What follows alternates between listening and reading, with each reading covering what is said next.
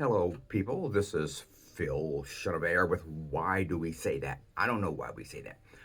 Um, well, I do. I do know partially. This is a checkbook. See? Now, I haven't been using I've gotten away from this because we have credit cards now, but a checkbook is handy. My wife has Alzheimer's, and recently I've had to hire a lot of sitters, and you have to pay them with checks, or you don't have to, but so I've had to remember how to use my checkbook.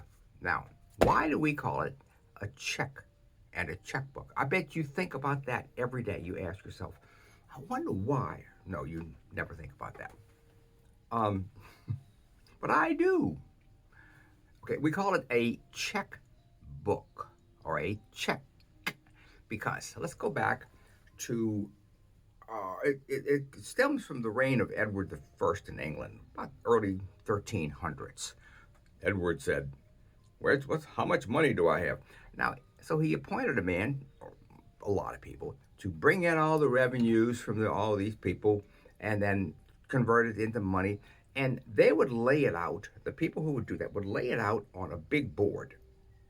Not the actual money, well, maybe it was the money, but they would lay it out on a big board that had cross hatches on it. And it was done that way because they still used the Roman way of uh, counting. You remember those from grade school? I do. I, I, X, L. The L is 50. L is 50. C is 100, and it was like X, L, I, C, P, or whatever. It was very confusing and cumbersome. So they used a big table apparently, and they would lay it out, and it looked like a chessboard. Now, the name in Old English for Middle English for chessboard was eschecker. Eschecker. Escheker. Eschecker. So this is what they used. It was very cumbersome to use the Roman system to subtract and divide and all that stuff, but that's what they used. Now, from the name Eschecker, the king would, we get the word check, of course, but he would appoint a man or a group or the lord of the Exchequer to gather in his revenues and to tell him how much money he had and to get more money.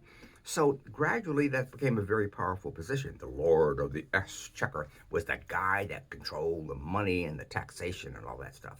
Okay, so when you write a check, when I write my check for my wonderful people that come help me, I am emulating the lord of the Exchequer, and so are you.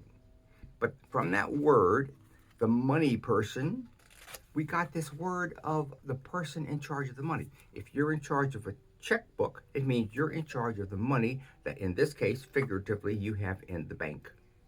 It's all imaginary anyway, folks. Money's imaginary.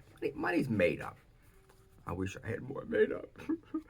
This is Phil Silver. So go out and be a lord of an Exchequer and have fun. I'm going to do one on the charge card. I have an interesting word there for that.